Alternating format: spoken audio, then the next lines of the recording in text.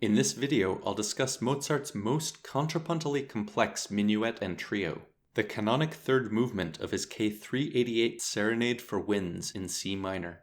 I already mentioned the canonic minuet of this movement, but not the even more impressive double inversion canon that makes up its trio section in my prior, more alliterative video about Mozart's most motivically masterful minuet from his K464 string quartet.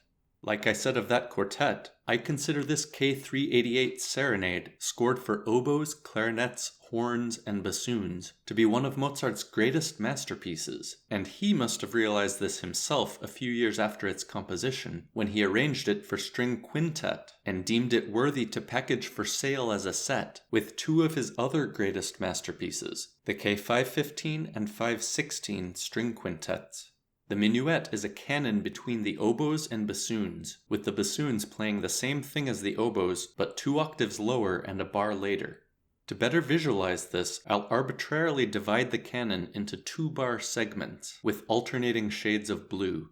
Notice that the horns momentarily participate in the canon, giving this second phrase the brief semblance of even more complex 3-part imitation, before the first section ends with this non-canonic gray cadential figure in the relative major of E flat.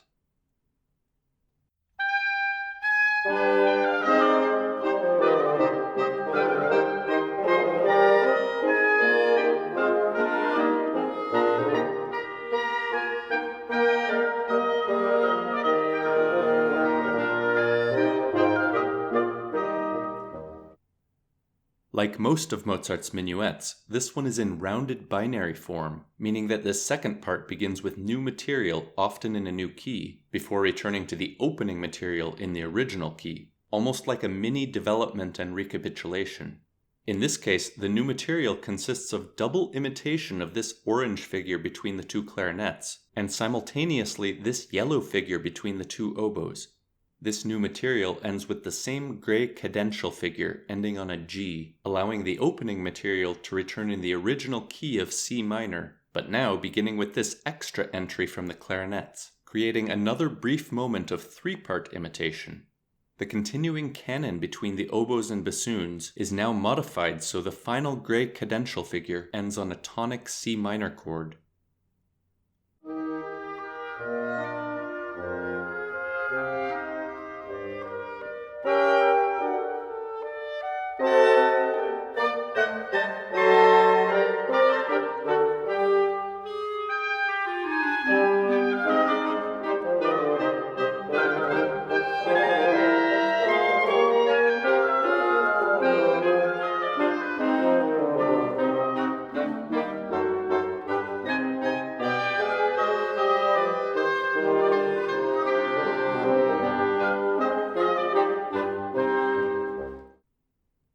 The clarinets and horns completely drop out for the trio section, but don't be fooled. This is where the even more mind-boggling complexity occurs. As you can see, Mozart calls this a canon al rovescio, though this different edition of the score corrects this to the more usual al rovescio, even though Mozart himself clearly spelled it the first way in the manuscript. This phrase, confusingly also sometimes written al roverso, just means in contrary motion, and was used both for vertical contrary motion, as we're about to see in this trio, and for horizontal contrary motion, as you can see in Haydn's famous palindromic Minuet and Trio from Symphony No. 47, played first forward and then backward. The 2 simultaneous canons that form this trio section, one between the oboes and one between the bassoons, are inversion canons, meaning that one part is just the inversion of the other part. I'm again using slightly different shades of the same color to better visualize this. Inversion canons are also sometimes called mirror canons, since one part is just the mirror image of the other. So just focusing on this first segment, when lined up like this, it's easy to see that one is just the mirror image or inversion of the other. Of course, they are also staggered temporally, so you hear the inversion of each segment 2 bars later. If this isn't already impressive enough, the bassoons play a simultaneous second inversion canon, and since these initial figures are the same, it sounds like 4-part imitation even to listeners who may not realize everything else that's occurring.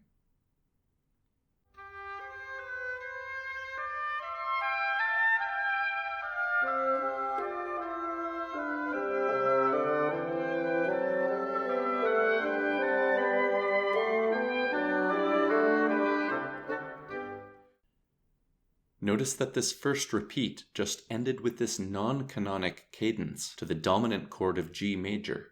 The second section of this trio is even more complex, with a similar inversion canon between the oboes, beginning with the same opening figure but now in G major.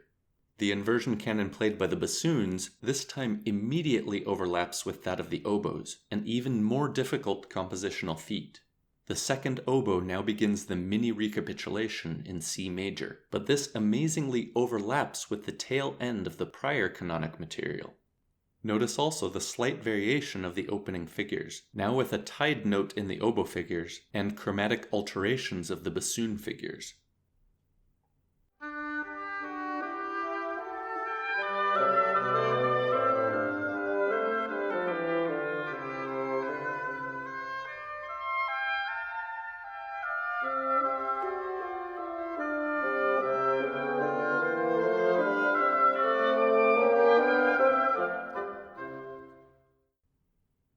Before I conclude this video by replaying the entire movement without interruption, I'm including a bonus Mozart inversion canon for those of you who might be disappointed that the clarinets were left out of the one we just heard. Around this same time, Mozart composed one of my favorite overlooked gems in his entire output, the canonic Adagio for two Basset horns, a member of the clarinet family usually in F, accompanied by bassoon.